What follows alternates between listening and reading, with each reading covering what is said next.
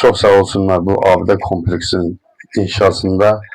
Bir daha göründü ki bizim Gəncələr şəhidlərimizi unutur ve unutmağı da unutmazlar da. Ama ben burada düzdür, Cəlilabad rayonundan gelmişim.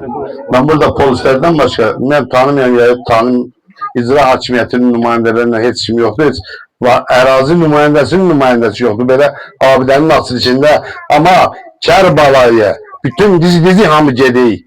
Nədir, şəhid İmam Hüseynin zəvvarıdırsa mənim oğlum. Niyə onun tədbirində heç kim, mən Cəlilabad rayonundan gəlmişəm buraya. Masallının icra hakimiyyəti özü piyada gedik tədbirlərdə iştirak edik. Cəlilabad rayonunun icra hakimiyyəti Rafiq müəllim bütün tədbirlərdə iştirak edik. Ama bizim yardımlı rayonum, mən də buradayım. Ben yardımdanım. Harada da olsam benim oğlum şehit olanda yardımlı önünde haber vermişler. Ona göre onu hamı yardımlı kimi tanıydı. O Cəlilabadda yaşamayan bakıma özün her yerde yardımlı kimi qeydə vermişti. Ama bu torpaq, yok müəllim, torpaq bizimdir. Bu kənd benim kendimdir. Bu kendi unutmak olmaz. Bu kent boşalır. Niye? Bakımsızlık yüzünden boşaldı bu kent. Bu kendin yolu yoktu. Ya müəllim biteyim. İbadet. Sağ olun. Ama bu yolu hiç olmazsa xahiş edeyim icra hakimiyyətindən buraya kimi bu yolu düzəldər. Sağ olun.